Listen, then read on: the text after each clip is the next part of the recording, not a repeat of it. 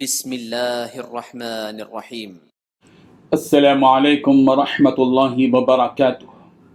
الحمد للہ وکفی وسلام علی عبادہ الذین اصطفی، اما بعد۔ حاضرین و ناظرین، یہ درس نمبر 1676 ہے اور آج سورہ سبا کی صرف ایک آیت کی تلاوت کی جائے گی، آیت نمبر 14۔ چلیے سب سے پہلے ہم اس ایک آیت کی تلاوت کرتے ہیں، لفظی ترجمے اور ترجمے کے بعد تشریح کرتے ہیں۔ اعوذ باللہ من الشیطان الرجیم، بسم اللہ الرحمن الرحیم۔ فلما قضینا علیہ الموت ما دلهم على موته إلا دابة الأرض تأكل من سأته فلما خر تبينت الجن أن لو كانوا يعلمون الغيب ما لبثوا في العذاب المهين۔ صدق اللہ العظیم۔ لفظی ترجمہ یوں ہے، فلما پھر جب قضینا ہم نے فیصلہ نافذ کر دیا علیہ اس سلیمان پر الموت موت کا، ما دلہم تو نہیں بتایا ان جنوں کو علی موتہ اس سلیمان کی موت کا، الا دابۃ الارض مگر گھن کے کیڑے نے، تاکلو جو کھا رہا تھا، من ساتا اس کی لاٹھی کو، فلما پھر جب خرا وہ سلیمان گر پڑا، تبینت الجن تو جنوں نے جان لیا، لو کانوا یعلمون کہ اگر وہ جانتے ہوتے الغیب غیب کو، ما لبثوا تو وہ پڑے نہ رہتے فی العذاب المہین ذلیل کرنے والے عذاب میں۔ ترجمہ یوں ہے، پھر جب ہم نے ان کے لیے موت کا حکم صادر کیا تو کسی چیز سے ان کا مرنا معلوم نہ ہوا مگر گھن کے کیڑے سے جو ان کے عصا کو کھاتا رہا۔ جب عصا گر پڑا تو تب جنوں کو معلوم ہوا اور کہنے لگے کہ اگر وہ غیب جانتے ہوتے تو ذلت کی تکلیف میں نہ رہتے۔ اس آیت میں 3 باتیں بتلائی گئی ہیں۔ پہلی بات، پھر جب ہم نے سلیمان کی موت کا فیصلہ کیا تو ان جنات کو ان کی موت کا پتہ کسی اور نے نہیں بلکہ زمین کے کیڑے نے دیا جو ان کے عصا کو کھا رہا تھا۔ دوسری بات، جب وہ گر پڑے تو ان جنات کو اس کا علم ہوا۔ تیسری بات، اگر وہ غیب کا علم جانتے ہوتے تو ذلت والی تکلیف میں مبتلا نہ رہتے۔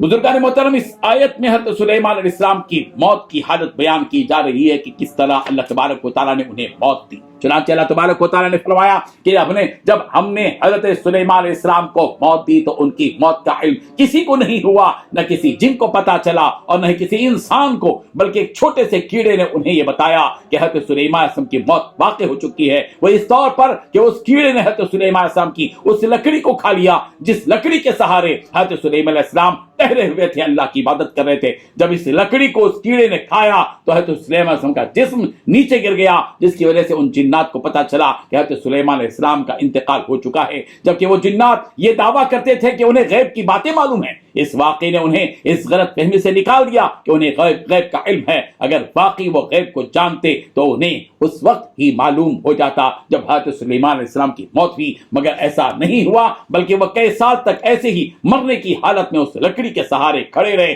جس سے ان جنات کو ایسا معلوم ہو رہا تھا کہ وہ ابھی زندہ ہیں، حالانکہ وہ زندہ نہیں تھے۔ مروی ہے کہ حضرت سلیمان علیہ السلام بیت المقدس میں سال 2 سال مہینہ 2 مہینہ یا اس سے زیادہ یا کم مدت کے لیے اکیلے عبادت کیا کرتے اور اپنا کھانا پینا ساتھ رکھتے۔ جس وقت حضرت سلیمان علیہ السلام کی وفات ہوئی اس وقت بھی انہوں نے اپنا کھانا اپنی خلوت میں رکھا جس میں ان کا انتقال ہوا۔ ان کی شروعات اس طرح ہوئی کہ ہر صبح بیت المقدس میں ایک درخت اگتا تو حضرت سلیمان علیہ السلام اس سے اس کا نام اور اس کے اگنے کی وجہ پوچھتے تو وہ سب بتا دیتا کہ میرا نام فلاں ہے، میں فلاں مقصد کے لیے اگایا گیا ہوں۔ اگر اس درخت کے اگنے کی کوئی وجہ نہیں ہوتی تو حضرت سلیمان علیہ السلام اس درخت کے کاٹنے کا حکم دیتے، اور اگر اس کے اگنے کی وجہ کسی بیماری کی دوا ہوتی تو اسے دوسری جگہ لگوا دیتے۔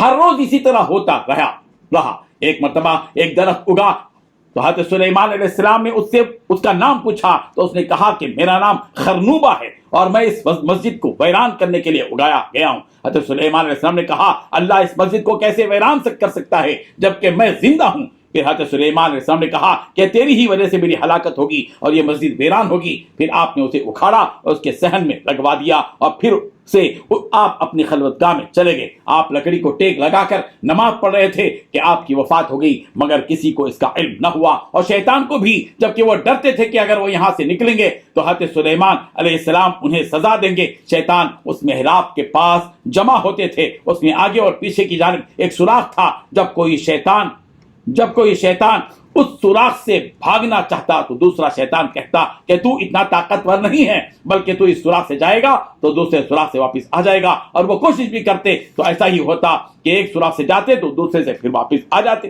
ان میں سے ایک شیطان ایک مرتبہ اس میں داخل ہوا، اور ان کی حالت یہ ہوتی تھی کہ سلیمان علیہ السلام اسے دیکھ لیتے تو وہ جل جاتا، مگر اس بار وہ شیطان گیا تو حضرت سلیمان علیہ السلام کی آواز سنائی نہیں دی۔ پھر وہ بار بار ایسے ہی کرتا رہا مگر اسے کوئی آواز سنائی نہیں دی، تو بالآخر اس شیطان نے حضرت سلیمان علیہ السلام کی خلوت گاہ میں جھانکا تو اس نے دیکھا کہ حضرت سلیمان علیہ السلام کی وفات ہو چکی ہے اور وہ نیچے گرے ہوئے ہیں۔ اس نے جا کر سب کو یہ خبر سنائی تو حضرت سلیمان علیہ السلام کو باہر لایا گیا۔ انہیں حضرت سلیمان علیہ السلام کے ساتھ ایک لکڑی بھی ملی جسے دیمک نے کھایا تھا، اور انہیں پتہ نہیں چل رہا تھا کہ حضرت سلیمان علیہ السلام کی وفات کب ہوئی، تو انہوں نے ایک لکڑی دی اور اس پر دیمک کو چھوڑ دیا، تو اس دیمک نے اس لکڑی کو ایک دن کھایا، تو انہوں نے اس کھانے کا حساب لگایا تو انہیں معلوم ہوا کہ وہ دیمک ایک سال تک اس لکڑی کو کھاتی رہی، جس سے یہ معلوم ہوا کہ حضرت سلیمان علیہ السلام کی وفات ہو کر ایک سال کا عرصہ ہو گیا ہے۔